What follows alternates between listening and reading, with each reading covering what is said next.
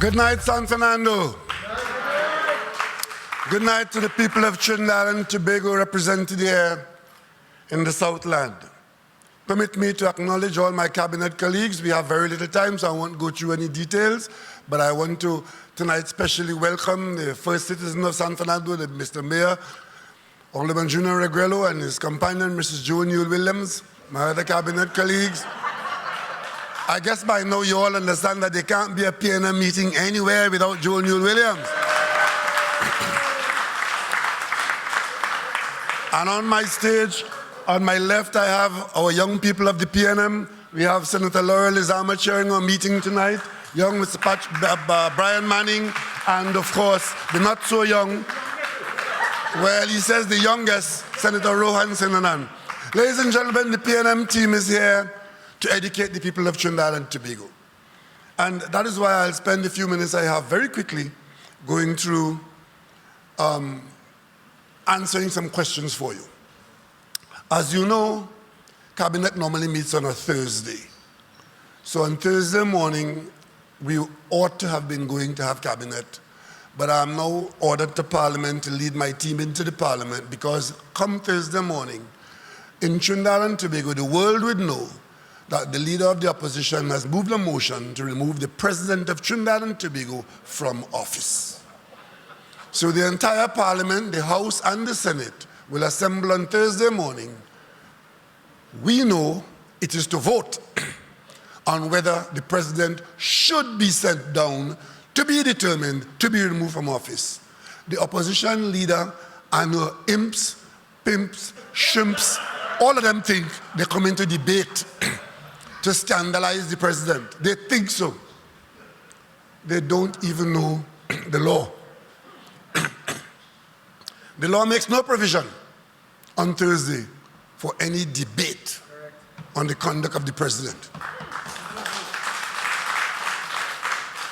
But as the Attorney General would have pointed out to you, your Attorney General, all the people of Trinidad and Tobago, your Attorney General pointed out to you that your president acted quite properly, even though she had something to say, something very important. And notwithstanding being needled and insulted by Tom, Dick, and some Harrys, she kept her peace. She waited for the court to rule on the matter, and then she reported to the nation and dealt with one or two of the matters that some people felt needed an answer. So the president spoke on Sunday. The Prime Minister spoke on Saturday. And after those two responses from the two office holders who were under relentless attack from people who did not share the room during the period of time that was under consideration, the opposition that is calling for the president to be removed from office analyzed what was said by the Prime Minister, analyzed what was said by Her Excellency the President, and they responded to you, the population. And you know what they did that? The leader of that grouping of citizens placed 9 questions arising out of the responses from the Prime Minister and the President. Tonight, I want to answer all 9 questions.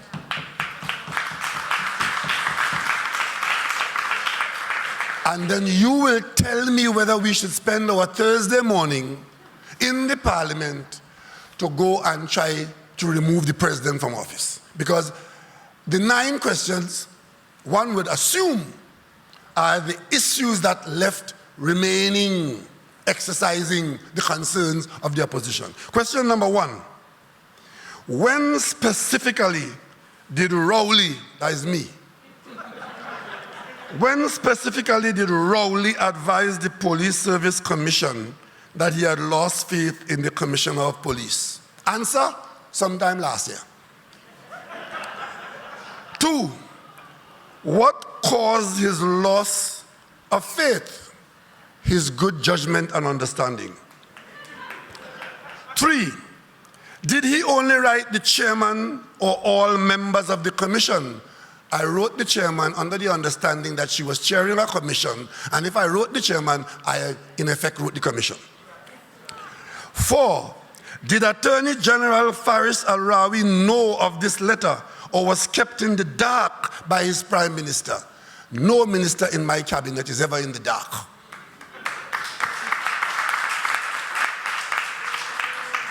5, did the cabinet agree to undermine the process, or was this totally the Prime Minister's action? No action of the cabinet involved any undermining of anything. The only time the cabinet got anywhere near this matter is when we got legal opinion obtained by the National Security Council, which is a sub-unit of the cabinet, and that legal opinion was taken to the cabinet, and the cabinet advised the Minister of National Security to advise the Police Service Commission of the opinion of eminent senior counsel. There was no undermining involved there.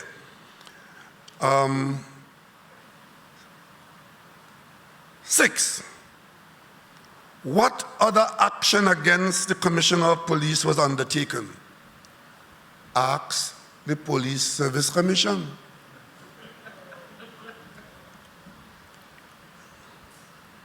7, how many other interferences have Rowley made over the last year since sending the loss of confidence letter? Well, the interface between the Prime Minister's office, the President, and the Police Service Commission, for that matter, is never interference. It is interfacing in the highest tradition of the Commonwealth of Trinidad. 8, was confidential information about the Police Service Commission being shared between the Office of the President and the Prime Minister? Well, I would presume that conversations between the Prime Minister and the President on any matter is confidential until either officer decides to make it otherwise. But since talking about sharing confidential matter, in all the rah-rah that was going on, I saw a member of the commission writing a letter to the chairman of the commission about business of the commission where he had an opinion, and sending that to a person who had sued the commission and was appearing in court the very said day that the letter arrived. Did these people ask about any matter to do with sharing confidential information? But they want to know what the Prime Minister and the President talk about and not telling you. And number 9, where was there collusion by the President, Prime Minister, and Police Service Commission to derail the merit list from being sent to Parliament, or was it just coincidence that they happened to be at President House on August 12th? That is question number 9. Those are the 9 questions. Now, derailing the merit list. The President, through the Attorney General, put to the court, and the President, through her public letter to the people of Trinidad and Tobago, spoke and told you exactly what happened, that a merit list was brought to her and was immediately withdrawn. So I don't know how the Prime Minister and whoever else they choose to name get involved in derailing anything. Now, the whole question is, and there's a question that is asked by Her Excellency the President, if there is information that is pertinent to the functioning of any service commission, for that matter, and that information is available, should a commission be kept in the dark? Today, one of the editorials in the paper said, certainly not. And the President, in her communication, also asked, by what means should that commission be informed of such information? And these are the issues. It is around these issues that all this carrying on has been taking place, with interpretations by people who became interested in the development. And I told you weeks ago that there are as many opinions on this matter as there are lawyers. I mean, even after the judge ruled, you still have lawyers with different opinions on the matter. So what is all this? So the 9 questions have been answered. You think they will end there? We still have to go to Parliament to hear the opposition leader come and try to denigrate the president shamelessly after all the clarifications that have come out on matters that concern her and matters that didn't concern her, matters that were well presented, matters that were misrepresented. On Thursday, the Parliament of Trinidad and Tobago will meet to fire the president. But ladies and gentlemen, the Attorney General just told you what the real reason is. And in case you all don't know the country you're living in, this is a season when there are people trying to turn this country upside down for their own benefit. But we shouldn't be surprised. Nobody in this country is above the law or should think that they are above the law. Nobody in this country should believe that if other people want to find out something, they shouldn't find it out. But there are ways and means, and there are certain things that belong in the public domain and certain things that get there slowly. Because eventually they all get there, you know. Because I tell my friends, I tell my family, there are no secrets in this country. Everything that goes on in this country eventually comes out in the public domain. And you know who said that the other day? Kamla Prasad Bisesa said, what goes on in the dark comes out in the light. She should know. She should know. Because I want to just spend a couple of minutes showing you, as my grandmother used to tell me when I was a child, show me your companion, and I'm going to tell you your character. Show me the record, and you'll understand a little bit more about their current behavior and why they are now trying to scandalize the president. And let me tell you something that surprised me. I have been Prime Minister of this country now for 6 years. Difficult period, having to take all kinds of very difficult decisions. The opposition leader talk around every one of them.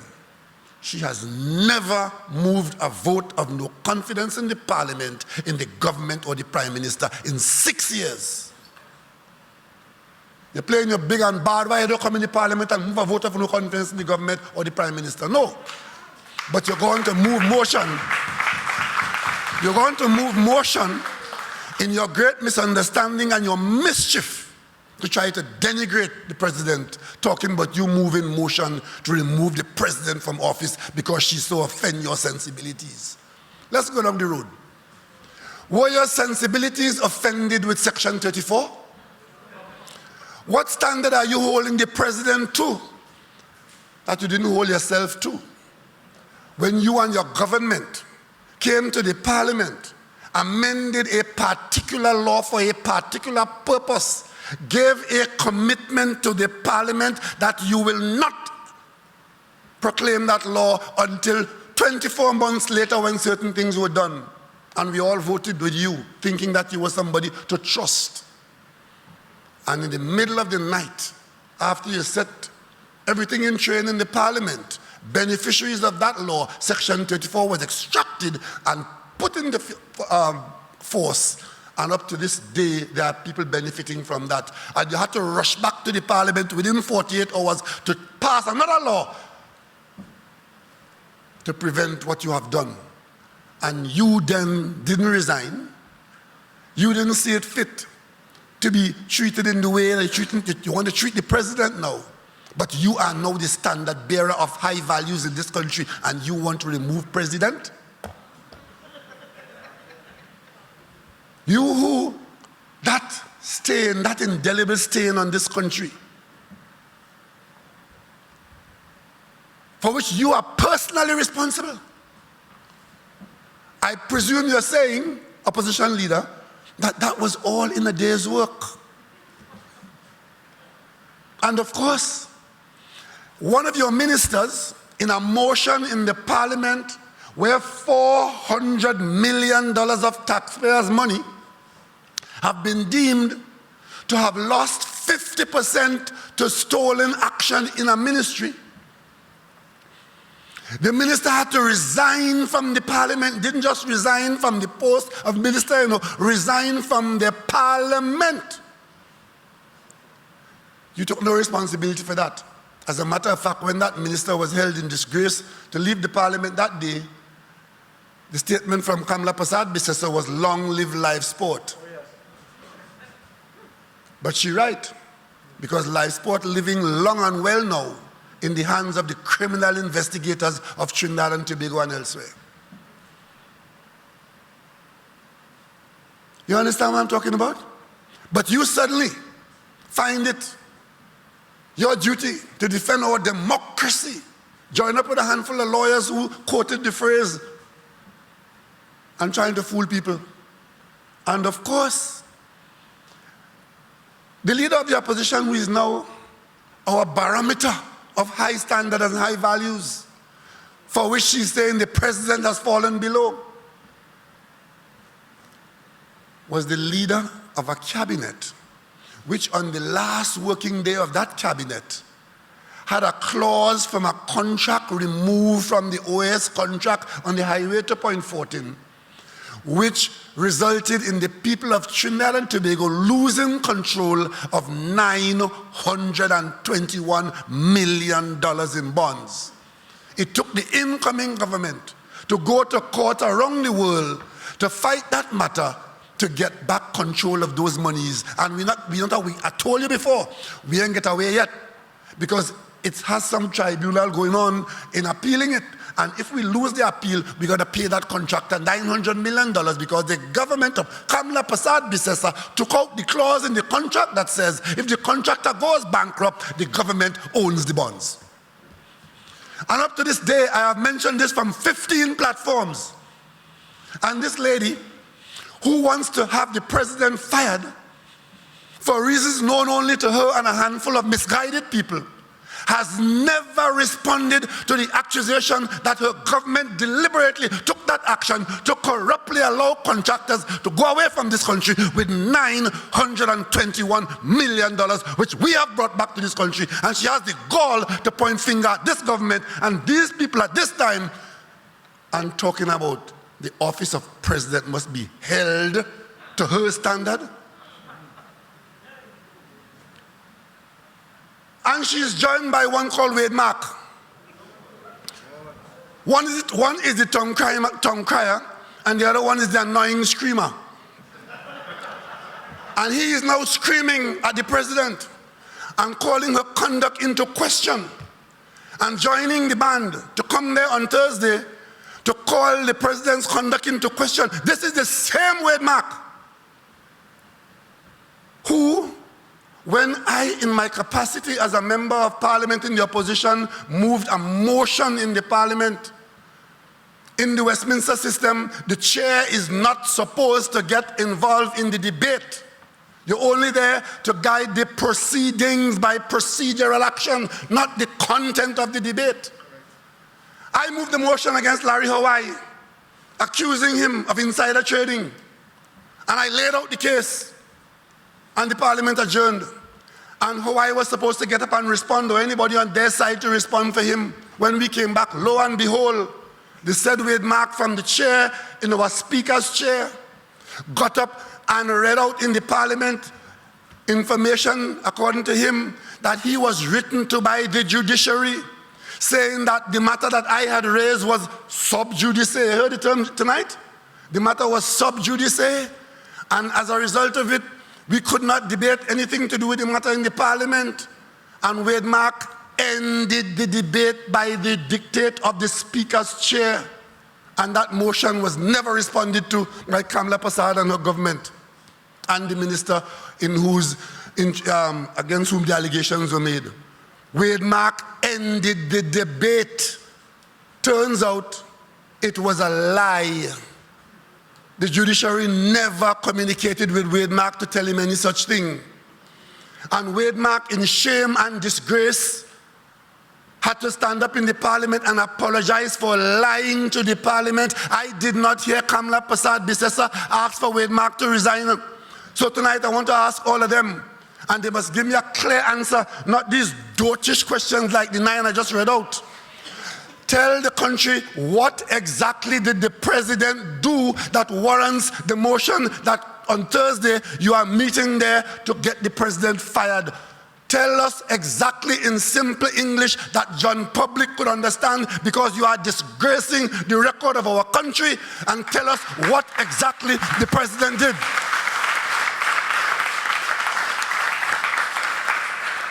Because you think so, or you thought so, or it seems so, does not make evidence. And even after it has been corrected, you still want to persevere to stay in our country. Tonight, I want to say to Ms. Kamala Persad-Bissessar, you're a colleague of mine in the parliament. Even if you thought that something had gone wrong, enough has been made available to you now, and there's provision for the withdrawal of a motion in the parliament if the mover of the motion is of a changed view and would like to withdraw that motion. I would like to ask the leader of the opposition tonight, based on what she now knows, based on what this country now knows, notwithstanding your concern or malice in the beginning, don't put our country through that. Don't put that on our country record. Don't stay in our country. Withdraw this motion.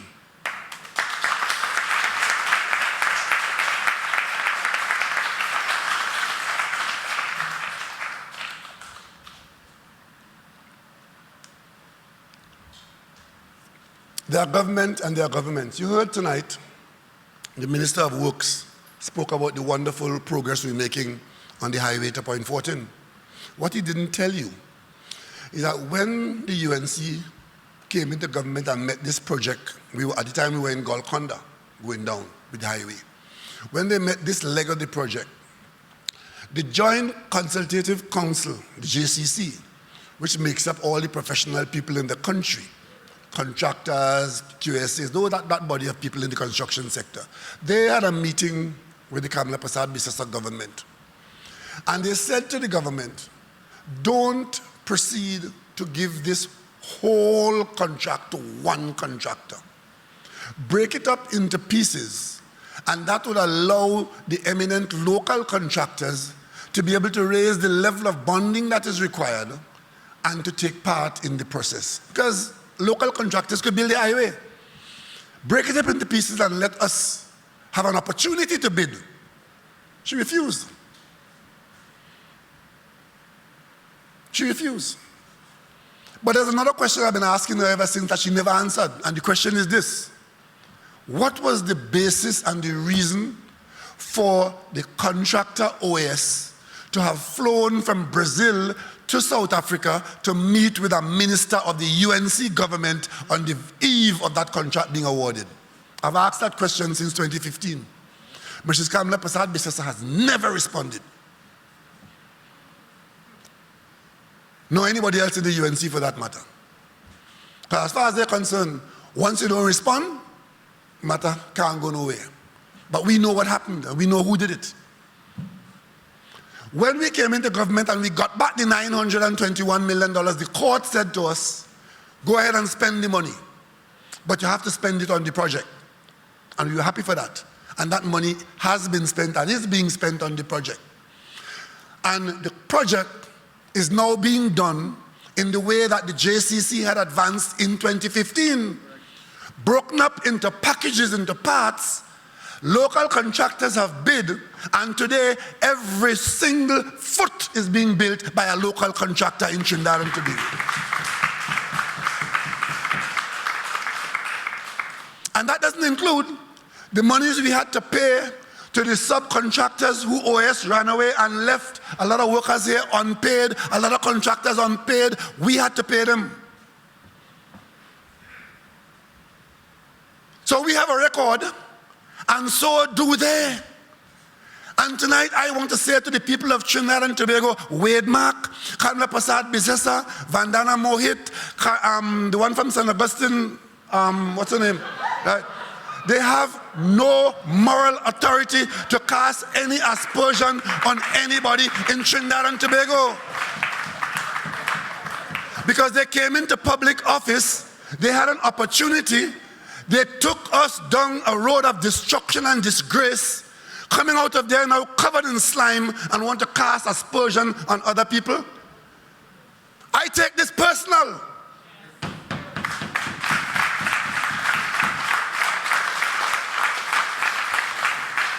Once, accident. Twice. 3 times, habit. That is the same Kamla Prasad Bisesa and that same group of people, same Wade Mark, gave permission to have a blown up picture of a house, because you have to get permission in the parliament to present any what do you call it? Display. They gave permission for a house to be photographed, blown up about 5 feet by how many feet, in a parliamentary debate, you know, to tell the world that is the house in which the opposition leader raped somebody. That is on our Hansard, put there by Wade Mark and Kamla Prasad Bisesa. So if I tell you this is personal, it's because I've been there and I know it. And they weren't content to only ascribe that to me, they broadened it to my father. You all forget that? You all want me to forget that? And you want me to be guided by them? I am sure that Trinidad and Tobago can do better than that. We can produce better than that. But I'll tell you something. I mentioned a while ago live sport, where there's criminal investigation into this $400 million carrying on from the Kamla Prasad Bisesa government. The same leader who now wants the president to be fired and to step down for some reason that we are not clear exactly what the point is. When live sport became an issue and there was an investigation by the Ministry of Finance and they found out what happened in live sport, the experts in the Ministry of Finance told the government then, do not make this information public without allowing the minister to have a say and an explanation as to the content of the report. What did the Kamla Prasad Bisesa government do? They made the report public, knowing that in so doing, the minister will be able to go to court and win the matter, because he will argue that he was not given the opportunity to respond to what they had in the report. That was done by a government headed by Kamla Prasad Bisesa, SC, MP, missing. But when she did that, the day when the court ruled in Arnold Roberts' favor, she so knew that Arnold Roberts will win that case because it was only one way for it to go. They know what they did. The day the judgment came down, the very said day, within hours, there was a UNC meeting in Diego Martin. And Arnold Roberts was on the platform and she offered him a senatorship the same night. So obscene was it that a few persons in the UNC spoke publicly against it. And then a little while later, while the criminal investigation is going on, it is said live sport, she put Arnold Roberts in the Senate to continue to slander people. You understand?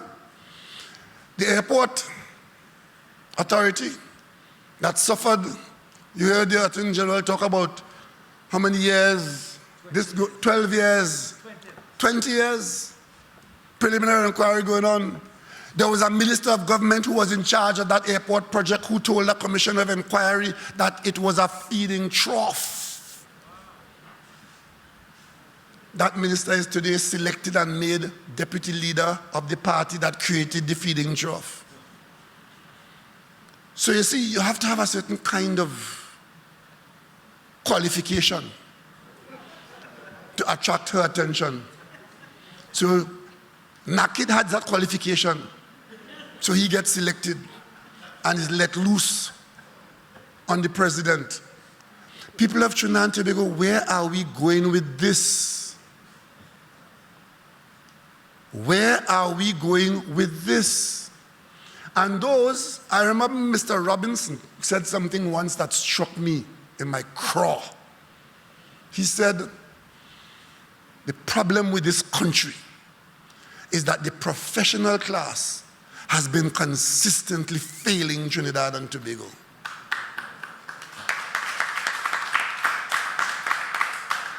And that is like a hot iron to brand the Law Association in the hip.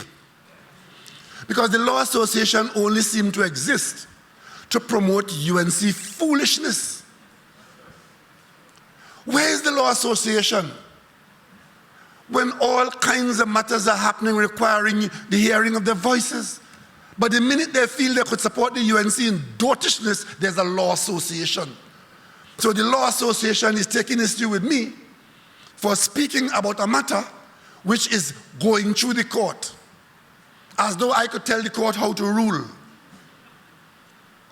And I, come so many election day like the last time, I offered my name and myself to represent people.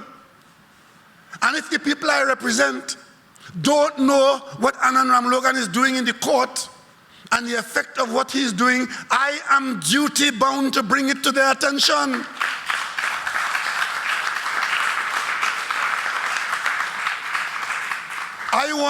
There are 50 of you, I counted you in this room tonight.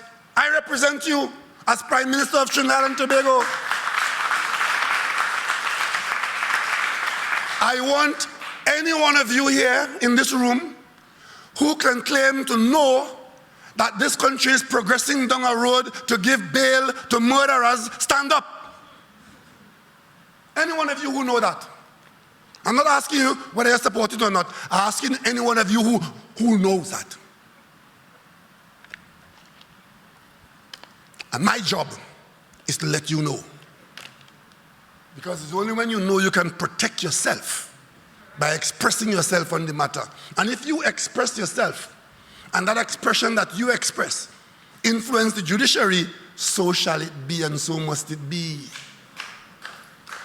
I could tell you, while they are trying to tell me I can't inform the people I represent about what is going on with their affairs, I could look on the television and watch American news and see exactly who is accused, see when they are arraigned, see when they are indicted, see when they are convicted, and see it every single day on television, 24 hours a day. But in my own country, lawyers could tell me that we could conduct our business in secret. And the only secrecy is about what lawyers are doing. They don't want to protect the secrecy of the office of the president.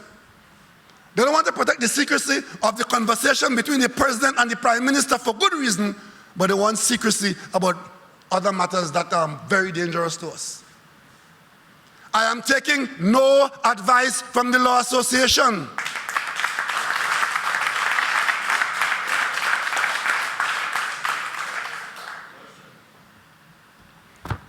But let me wait until Tuesday so we can waste our morning then. You see this document?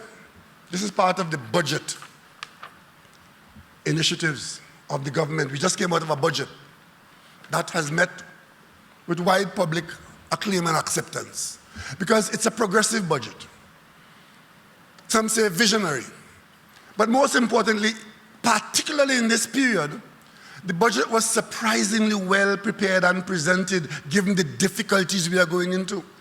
But you see, sometimes it is out of difficulty that comes the best of people. I was in Tobago when Hurricane Flora flattened Tobago. Houses that people love were blown away by the hurricane. But because the hurricane had flattened Tobago, we had no choice but to rebuild it. And that rebuilding has now generated in Tobago the best population of housing stock in the nation. Because when things are bad, you don't make it worse. You try to make it better when you come out of it. And as President Biden said, we build back better. So out of this pandemic era, we just happen to also have been working on local government reform. This document you see here, permit me to introduce it to you. Report of the Joint Select Committee appointed to consider and report on the miscellaneous provisions Local Government Bill 2020. And of course, this is a committee of the Parliament that had 12 members from government, opposition, independents, 4 members from the Parliament Secretariat Support, the Chief Parliamentary Council's Department, and others. And they worked as a committee of the Parliament because ever since I came around public life, I've been hearing about local government reform. Those of you who live in this country, whether you live in the east, west, central, north, or south, you know local government as an integral part of our governance systems, and you too would have heard about how much better local governments can be if we reform local government and bring it to a situation where it can genuinely contribute to the improvement in the quality of life in this country. You know that. So the government that I led, that subcommittee of the parliament did, not for the first time, because you may remember when Hazel Manning was Minister of Local Government, there was an exercise on local government reform, consultation around the country, and then Frankie Khan was Minister of Local Government, and the same thing continued, and we got it to the point now where it became the subject of a joint select committee of the parliament, and they produced this document. It is 332 pages long, covering the whole gamut of reform of local government. How is local government going to be reformed, especially in a time of reduced resources, but also a time when people are expecting more from their government, more from their governance, more from their local government? How do you do it? This reform exercise is rooted in the collection and use by local government bodies of the property tax that they will collect. And the principle of property tax, contrary to what is being put out by political aspirants who believe that by opposing it, they will improve their position, well, I want to say to them, look at the history of it. We campaigned on doing this in 2020 and we won the election. We have a mandate to do it. You opposed it and you lost. It's a tax that is used all over the world, in and out of the Commonwealth. It is not an overbearing, overburdened tax. Because if you don't have property, you don't owe no tax. You have a small property that has a very low value, your tax is next to nothing. If you have personal circumstance that you can't pay the tax, provision for you to escape it. If you have property and you are in a position to be able to pay the tax, then like other taxes, you pay according to your means. You know, 10,000 people paying $100. That puts $1 million available immediately. 100,000 people paying $1,000. You know how much million that is? It's $100 million. But given the number of households around the country, the large number of households, it is not going to overburden anybody, but the collection of each person who is entitled to pay would create a pool of money for all of us. We estimate that this could raise, on an ongoing basis, about $400 million, which will be available for local government to spend not on the Prime Minister, not on the Minister and the Attorney General, but on the very people who are paying that tax. And the good thing about it is because it is a revenue stream. Like you have a job that pays $10,000 a month, you could buy $1 million car or a piece of land, because you aren't required to buy the land with all the money you earn on one day. You can get into financial arrangement because you have a funding arrangement. Without a funding arrangement, local government reform will continue to be just a slang or a slogan in this country, and the level of discontent and dissatisfaction throughout the country will continue, and that is what the opposition want, because they believe that as long as there's rara, janjat, and dissatisfaction in this country, they will prosper. But we see the opportunity for the city of SanFernando, the city of Port of Spain, the Borough Council of Point Fortin, Chaguanas, to use this arrangement, this funding arrangement, to improve the quality of life of the people who will hold their local government representatives responsible for how they use this money, because they're taking the money and they will collect the money to do it. That's what we see. We are not panderers. We're not pandering to people We are doing what is right and good for all the people. So, a very unusual thing happened in the parliament to tell you the behavior of Mrs. Kamla Prasad-Bissessar. The vote came out, the budget, we were voting in the budget after 5 days of examination of line items in the budget. When it was time to vote, each member is allowed one vote. You can only vote either for, or against, or abstain. Those are the three options you have. You have one vote. Here, Mrs. Kamla Prasad-Bissessar.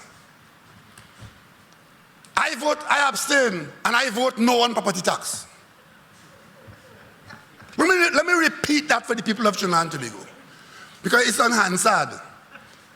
When my name is called, Mrs. Prasad-Bissessar, abstain, and I vote no on property tax. So she had 2 votes.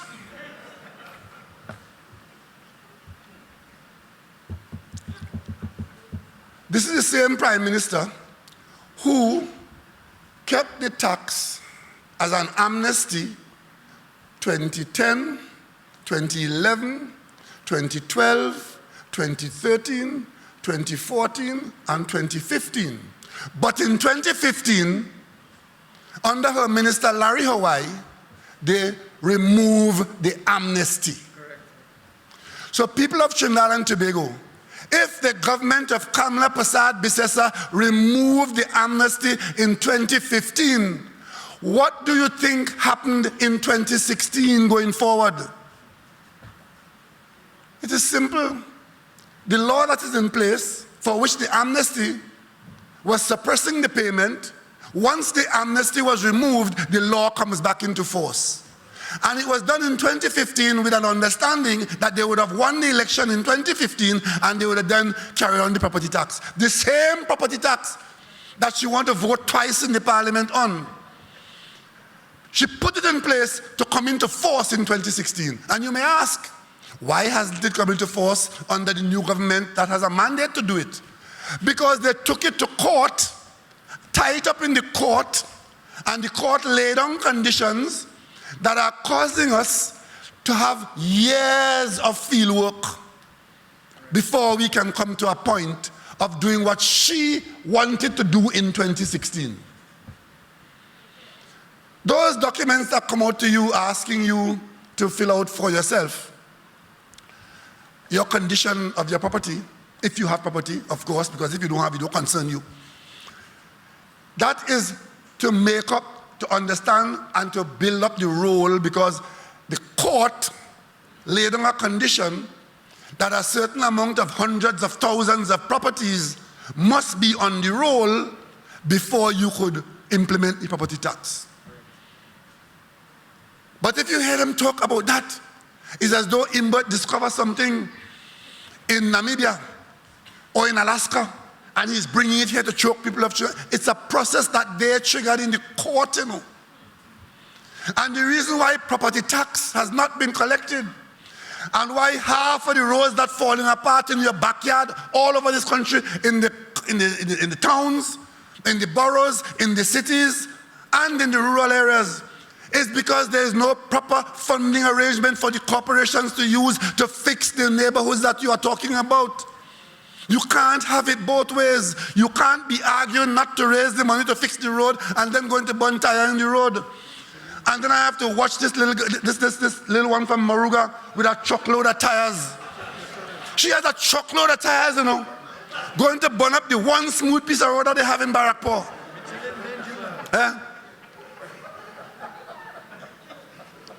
And they somehow believe that we will run away from that. So by shouting out stupidly in the parliament that I vote no against property tax, that the PNM will back away, the PNM is not backing away from good governance.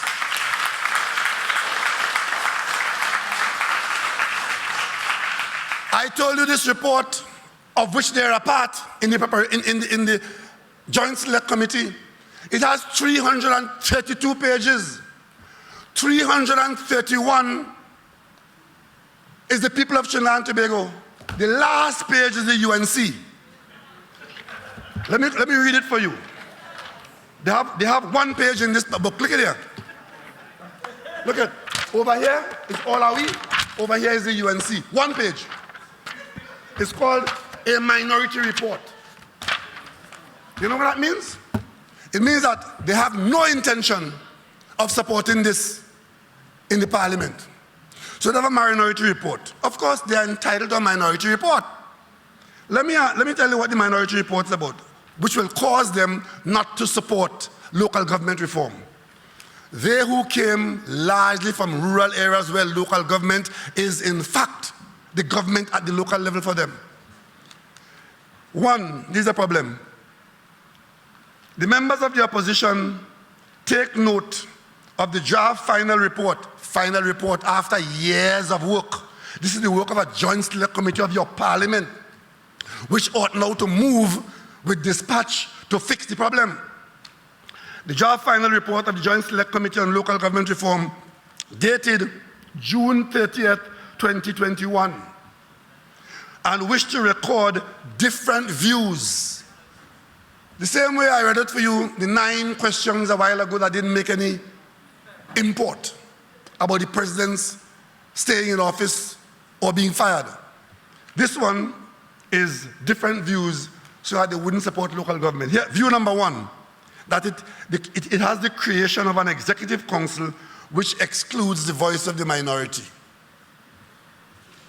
Rubbish. What executive council anywhere is excluding the voice of the minority? What they're telling you here, the same way they're trying to run the country from the opposition benches and don't want to acknowledge that it is the government, the majority's responsibility to be the executive while they have a role to play, they now find that the executive council and local government will exclude the voice of the minority. How could that ever be? It is the majority in the council, whether it's Siparia or Point 14, it is the majority elected on election day that will be the executive council. And if you are not part of that executive, you are now the opposition voice and you have an important role to play. And sometimes if you perform well or you're selected, you can move, as you always do, from opposition to government. I am Prime Minister here tonight. I have served many terms in opposition. But these people do not want to do the work of serving in opposition. They want to lie and damage and obstruct their way back into government. And coming to tell you now that the reason why they're not supporting local government reform listed in here, 331 pages, is because there's an executive council that will exclude the minority voice. Second point, the opposition disagrees with property tax being implemented at this time. Tell me what time to implement it.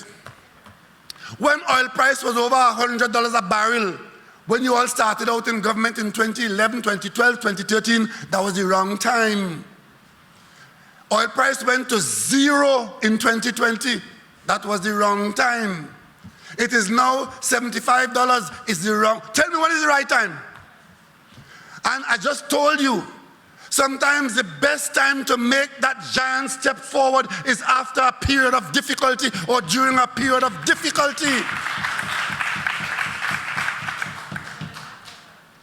Third, there are no provisions for equity in population, geographic size, and allocation of resources to each municipality. What exactly does that mean? It either means that you will then count heads and then you distribute the money per head. That is one way of doing it. Because I heard them quarreling all the time about how Tobago getting too much because the number of people in Tobago is only 60,000 and they're getting so and so, not looking at the circumstances. Or they will say, geographically, the Mayaro Corporation is quarter of the country and must get quarter of the money. I wouldn't be surprised if they're saying that, because this convoluted statement could be saying that. But of course, the method of distributing the money is something that the parliament will secure. But of course, they cannot be pleased. Nothing will please them. And of course, 4, the bill reduces the protection of workers by recognized majority unions. Lie. And the last one, there was insufficient consultation with stakeholders.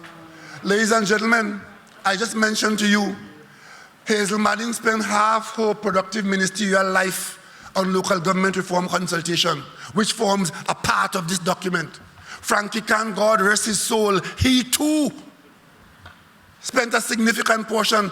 And I'll tell you something, in the very said document where they're writing that lie, you will see that 13 corporations, I'm still to understand why the 14th one is not listed here, and that 14th one is Tunapuna Piaku. Every other corporation took part in this process, and they're coming to tell you that there was insufficient consultation. Yeah?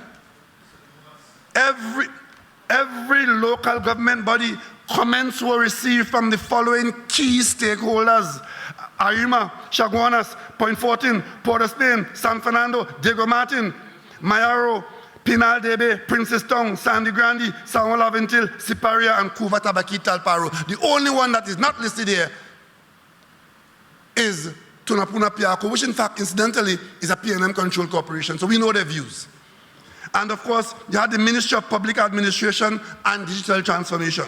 You have the Ministry of Planning and Development, Statutory Authority Service Commission, National Insurance Board, Trinidad and Tobago Association of Local Government Authorities, Water and Sewerage Authority, Auditor General's Department, Ministry of Works and Transport, but the UNC is not supporting it because there wasn't enough consultation. It is that they're not supporting anything that is good for the people of Trinidad and Tobago. They're not supporting anything. And it's very easy, you know, to go into government and come out with nothing to show, because 5 years is 60 months. And I keep telling my colleagues, do not count your term in government in years. It will sound like a long time. Count it in months and you'll see how short it is. They spend 63 months in government. They have nothing to show of having addressed any of the problems in this country. I could tell you, we have addressed a number of significant and niggling problems in this country in our 6 years. Because you see, you will hear them, there's one of them in the parliament, every time he belch, he boil petrotrin. Right? Another one, every time they talk about the ferry, the Tobago ferry. Another one, they talk about local government in difficult, and all of these are problems which are being addressed by this government. Governments exist to treat with and to deal with problems. And we can count on them for nothing. So in the middle of the budget, $52 billion worth, including to bring about local government reform in this country. They stopped the debate in the middle of the debate over a motion on Faris. Faris. Everything is Faris.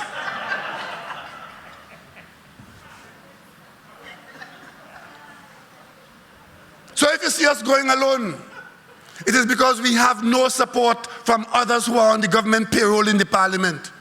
The only people in the parliament on the government payroll are the PNM members and the parliamentary staff. The others in there are passenger pigeons. Ladies and gentlemen, we will do what we can do, what we must do, and what we are undertaking for all the people of Trinidad and Tobago. All the people of Trinidad and Tobago. And the one good thing is that you can rest assured that in Trinidad and Tobago, there's a responsible government acting responsibly. And you, the people of SanFernando, you, the people of SanFernando, you know that more than anybody else. Because after we made the restructuring in Petrotrin, and we knew that there were loss of opportunities as a result of that, we came under a lot of pressure from them because they didn't believe we'll do anything like this. We told them that there'll be a major development program in and around SanFernando to try and take up some of the slack. That is why today you have $1 billion program going on down on the waterfront. You have the car park down the road. You have housing coming on, and you have public sector housing.